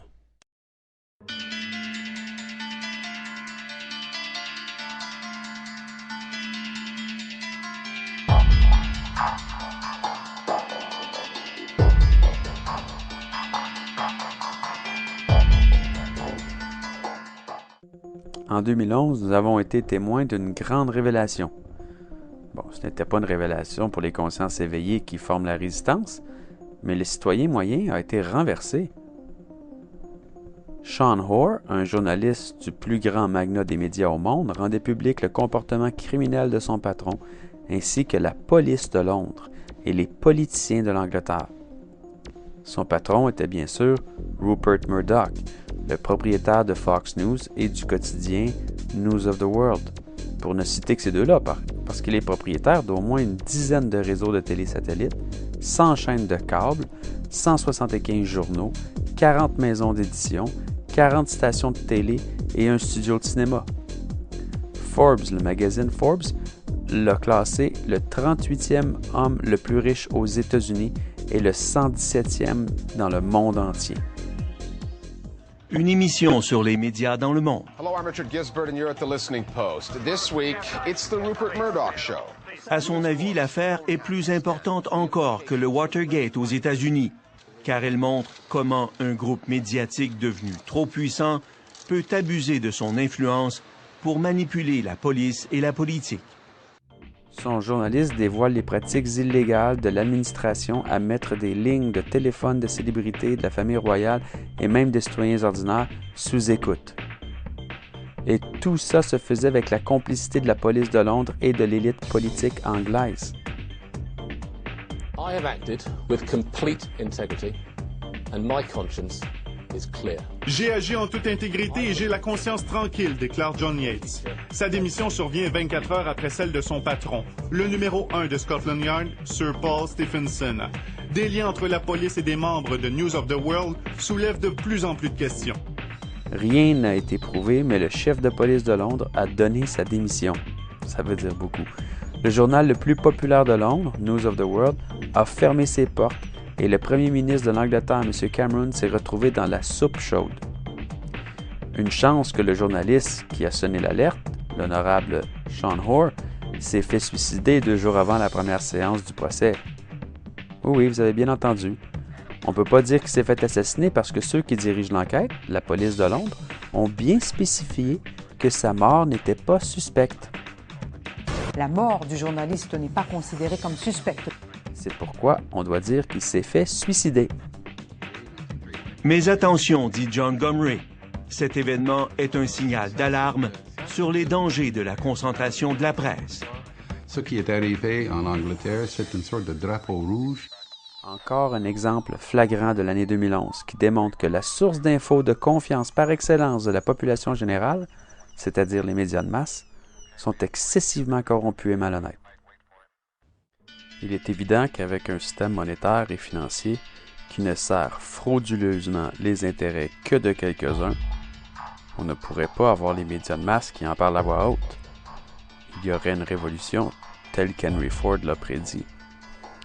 C'est d'ailleurs la raison pour laquelle David Rockefeller a dit en 1991, lors du discours d'ouverture de la Commission trilatérale, « Nous sommes reconnaissants au Washington Post, au New York Times, Time Magazine et d'autres grandes publications dont les directeurs ont assisté à nos réunions et respecté leurs promesses de discrétion depuis presque 40 ans. Il nous aurait été impossible de développer nos plans pour le monde si nous avions été assujettis à l'exposition publique durant toutes ces années. Mais le monde est maintenant plus sophistiqué et préparé à entrer dans un gouvernement mondial. La souveraineté supranationale d'une élite intellectuelle et de banquiers mondiaux était assurément préférable à l'autodétermination nationale pratiquée dans les siècles passés. L'opinion publique a été manipulée à croire que les complots n'existaient pas ou qu'ils n'existaient qu'à l'état de théorie. C'est pour ça qu'on dit tout le temps « théorie du complot ». On met toujours ces mots-là ensemble dans les médias pour que les gens refusent de croire à la réalité. Puis pour que ceux qui croient que les complots existent réellement seraient des illuminés, des fous ou des paranoïaques. Mais selon le dictionnaire, un complot est un projet secret élaboré par plusieurs personnes contre une autre ou une institution. D'après la définition du mot complot, l'histoire de l'humanité est une longue chaîne de complots. Pas des théories, des faits. Un groupe de gens doit planifier secrètement contre un autre groupe pour faire la guerre, non? Les présidents assassinés sont presque toujours victimes d'un complot. La compétition commerciale et industrielle ne peut non plus se faire sans complot. Les gens qui ont les 2 pieds sur terre savent très bien que les complots sont bien réels. Ils font partie de notre quotidien. Les grands banquiers internationaux n'auraient pas pu arnaquer nos gouvernements sans complot. C'est la raison pour laquelle David Rockefeller remercie les grands médias d'avoir participé au complot du secret. Les exemples de mensonges, de désinformation et de propagande que vous avez observés dans ce film ne sont pour la plupart que des évidences de l'année 2011, sans quoi le film aurait été beaucoup plus long. La conclusion est incontournable. Nous ne pouvons absolument pas nous fier aux médias de masse pour tirer notre information. On peut considérer ce qu'ils racontent, mais nous devons aller chercher plus loin pour connaître la vérité. Les gens en sont de plus en plus conscients d'ailleurs. C'est probablement une des raisons pour laquelle les cotes d'écoute des médias de masse sont à la baisse partout dans le monde. Les ventes de journaux aussi, et les chaînes d'information alternatives, elles, sont de plus en plus populaires. Ça prend du courage pour oser s'admettre que nous avons été bernés toute notre vie. La majorité d'entre nous préféreront ignorer le rationnel parce qu'émotionnellement, c'est trop difficile et que la paresse de l'être humain est plus facile que d'envisager s'insurger, même pour ses propres droits et libertés. Ça, c'est de la paresse. Ça termine la deuxième partie de cette trilogie. Et pour la conclusion, après avoir visionné la première partie, vous comprenez le système monétaire. On peut ainsi faire le parallèle avec les grands médias. Sans une forte manipulation des esprits par les médias et le système d'éducation, une telle fraude ne pourrait jamais prospérer. Dans les systèmes les plus totalitaires, comme le fut Cuba pendant des décennies, les gens sont opprimés physiquement. les dictatures, les systèmes antidémocratiques, mènent par la force. Dans un système comme le nôtre, les gens sont modelés à ne pas comprendre et à ne pas poser de questions. On nous convainc que c'est normal, que c'est comme ça, que les options ne sont pas bonnes, sans même les essayer. La peur est un de leurs très bons outils pour nous amener à accepter de se faire voler au moins la moitié, sinon le 3/4 de tous nos honoraires, de toute notre vie. Si vous y pensez, il n'y a pas juste par les impôts sur le revenu que vous êtes taxé, mais à chaque fois que vous achetez quelque chose, vous êtes taxé aussi. Puis finalement, quand on regarde ce que ça nous coûte en bill d'énergie, en facture d'énergie à chaque mois, l'électricité, le pétrole, toute l'énergie qu'on consomme, vous savez comme moi qu'on a plein d'alternatives à ça. On a des systèmes d'énergie renouvelable qui feraient que votre bill d'énergie baisserait. Alors c'est comme probablement près du 3/4 de votre vie que vous travaillez à juste renflouer les coffres de l'élite mondiale.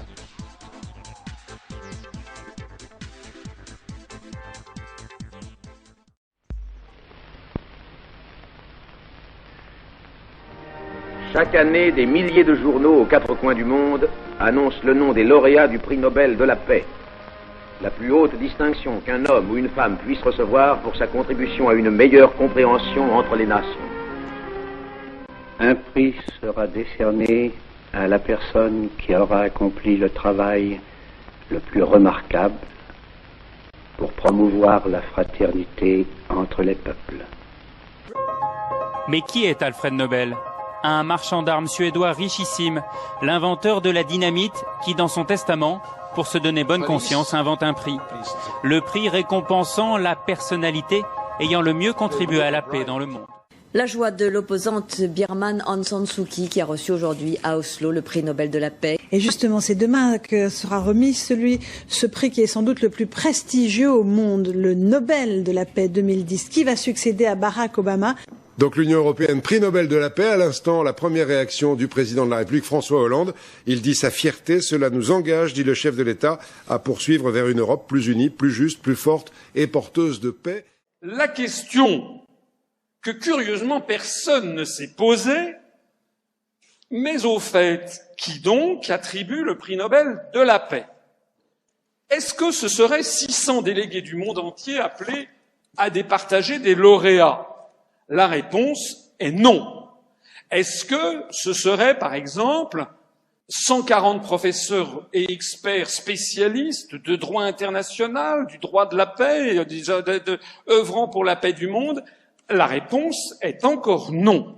Est-ce que ce serait, par hasard, 50 savants émérites qui, en fonction de ce qu'ils estiment être conforme à l'éthique, à une éthique aux droits de l'homme, pour leurs compétences scientifiques ou leurs compétences morales, auraient été sélectionnés? La réponse est encore non. Est-ce que ce serait par hasard 20 militants pacifistes, connus pour leur neutralité, des gens qui auraient appelé, par exemple, à la fin des combats, en Afghanistan ou en Libye, ou je ne sais pas où? La réponse est encore non. Alors, qui attribue le prix Nobel de la paix? D'abord, ils sont tous norvégiens ou norvégiennes. Deuxièmement, ce sont tous des responsables politiques qui sont tous choisis par le Parlement d'Oslo, au prorata des partis politiques. Ce sont 5 personnes ici présentes qui attribuent le prix Nobel de la paix. Dans cette salle qu'on se réunit pour faire la décision sur le prix Nobel de la paix. Alors, le premier, c'est Monsieur Torbjørn Jagland, président du Comité Nobel de la paix, du Comité Nobel depuis 3 ans, ultra-européiste, considéré généralement en Norvège comme un homme stupide, incompétent et fat. Deuxièmement, Madame Kashi Kullmann-Five, femme d'affaires au Comité Nobel depuis 9 ans. Troisièmement, Madame Berit Reiss-Andersen, avocate au Comité Nobel depuis moins d'1 an, qui n'ont aucune connaissance en matière internationale. Ensuite, Madame Inger Marie Gitterhorn, pas spécialement compétente. Et puis, on finit le tour de table avec Madame Egot Valle. Elle a été élue parlementaire en 97. Elle a été l'une des responsables de l'organisation Nei til EU, c'est-à-dire non à l'Union européenne, non à l'entrée de la Norvège dans l'Union européenne. Elle est représentante des nonistes, dont je vous rappelle qu'ils sont majoritaires dans la population norvégienne. Il ne vous a peut-être pas échappé que, de même que les 3 mousquetaires étaient 4, eh bien les 5 membres du comité Nobel norvégien sont 6. Parce qu'il y a ici un 6e membre dont personne ne parle jamais. D'ailleurs, personne ne parle jamais des autres. Hein. Enfin, c'est quand même... Voilà. Alors, c'est qui, ce 6e membre? Ce 6e membre, dans toutes les photos où se réunit le comité Nobel norvégien de la paix, il y figure en bonne place. Alors, qui est ce monsieur? C'est l'homme de l'ombre. Il s'appelle Geir Lundestad. C'est un Norvégien également.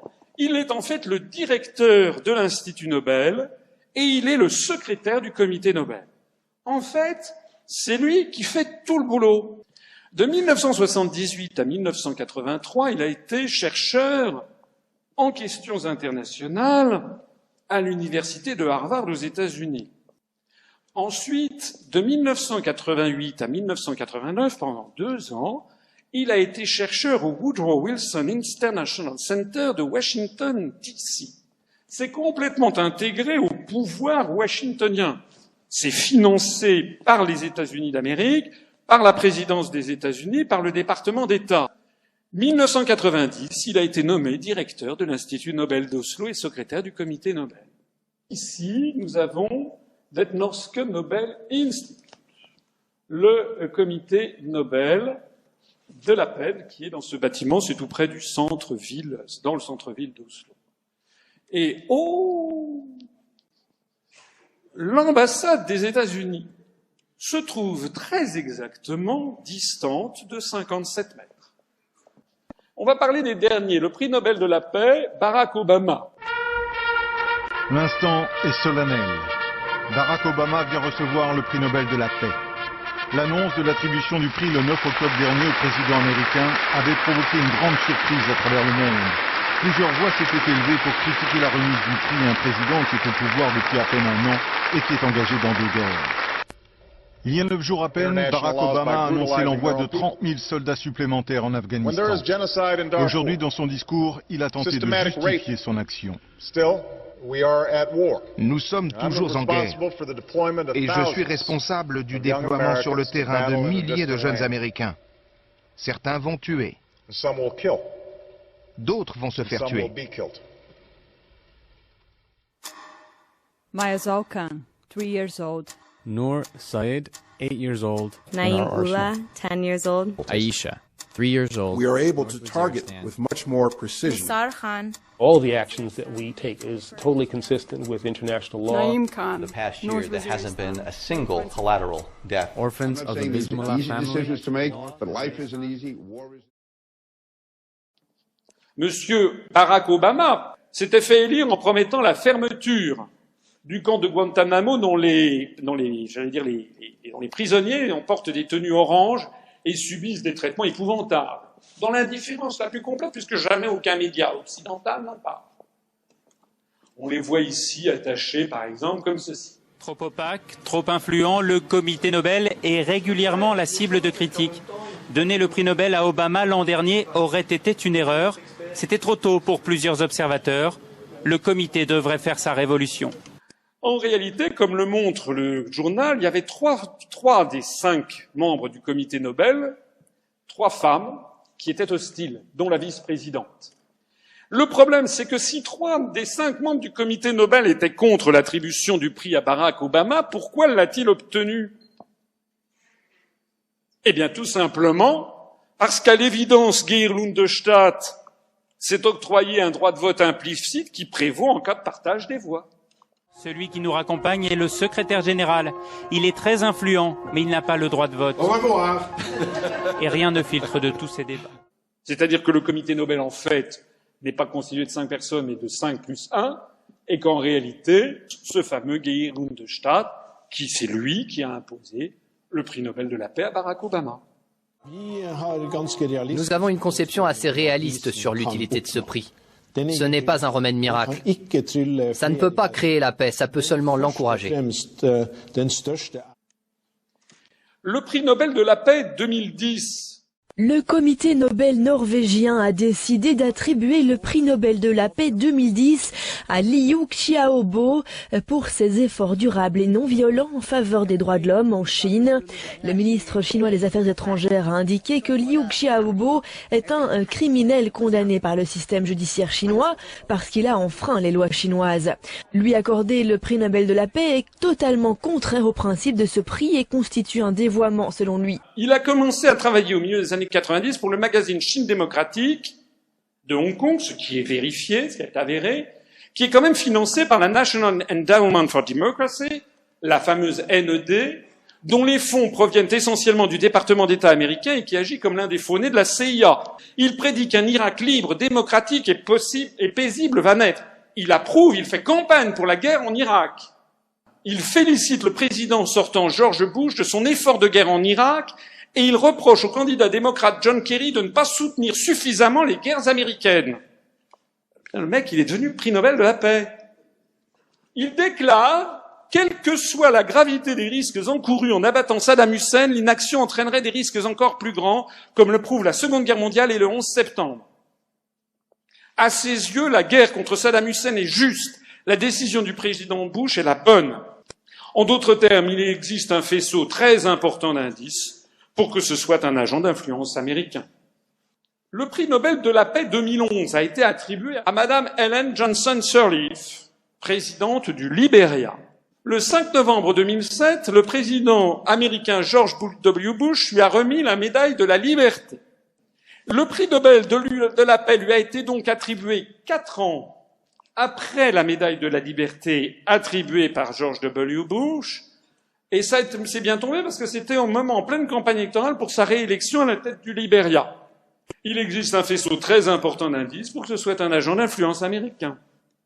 L'autre prix Nobel de la paix 2011, c'est Tawakkul Karman, a été reçu par Hillary Clinton au département d'État américain à Washington le 28 octobre 2011, quelques jours après avoir eu le prix Nobel. Elle a reçu en 2010, donc 1 an avant, la récompense Femmes de courage, Women of Courage Award, du département d'État américain. C'est-à-dire que finalement, maintenant, de plus en plus, pour avoir le prix Nobel de la paix, il faut d'abord avoir une médaille américaine, la médaille de la liberté, ou bien la Women of Courage Award. Son frère, le poète Tariq Karman, l'a accusé publiquement de collaborer avec les Américains. À quoi elle a répondu? J'ai en effet des liens stratégiques avec des organisations américaines impliquées dans la défense des droits de l'homme, avec des ambassadeurs américains et avec des officiels du département d'État américain, mais ce sont des liens entre égaux, je ne suis pas leur subordonné. Elle a évidemment soutenu les révolutions du printemps arabe, ça va de soi, c'est un agent d'influence américain. Alors maintenant, on en arrive au prix Nobel de la paix 2012. Vous avez reconnu Thorbjørn Jagland au milieu des orchidées, et derrière, Geir Lundestad. Vous commencez maintenant à mieux comprendre ce qui s'est passé avec cette affaire de prix Nobel de la paix. Parmi les 5 membres du Nobel, il y avait Madame Egot Wale, qui est l'équivalent, la représentante de l'équivalent du Front de gauche, qui était membre du Nobel. Et qui était membre de l'association Non à l'UE. Vous vous rappelez, je vous l'ai dit. Bon. Alors, ce qui est intéressant, si vous allez regarder le Aftenposten, le grand journal norvégien, voilà ce qu'elle a déclaré.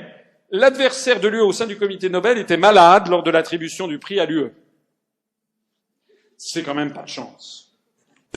Ce monsieur Geir Lundestad, donc vous avez compris que c'est lui qui choisit le prix Nobel de la paix. Il y a un bonhomme. Sur 7 milliards d'habitants dans le monde, il y a un Gus qui choisit le prix Nobel de la paix, et vous avez des centaines de millions, surtout d'occidentaux, qui sont là en admiration devant le récipiendaire du prix Nobel de la paix. Geir Lundestad, les Américains savent bien qui c'est. Il a été invité à un grand débat à l'université américaine de Berkeley, de l'université de Berkeley en Californie, le 20 septembre 2005. Les États-Unis ont promu l'intégration européenne beaucoup plus fortement que les Européens ne l'ont fait eux-mêmes. Les États-Unis avaient des raisons très puissantes pour promouvoir l'intégration européenne. Il s'agissait d'étendre le modèle américain. C'est la façon dont les États-Unis sont organisés, c'est donc la façon dont ils ont pensé que l'Europe devait être organisée, un système fédéral d'entités beaucoup plus importante. Cette analyse confirme exactement les analyses de l'UPR. La construction européenne a bien été conçue et promue depuis de nombreuses décennies, pour reprendre les termes de Geir Lundestad, par la puissance hégémonique, moi j'ose même pas le dire, pour étendre leur modèle à l'intérieur de leur sphère d'influence, pour le citer.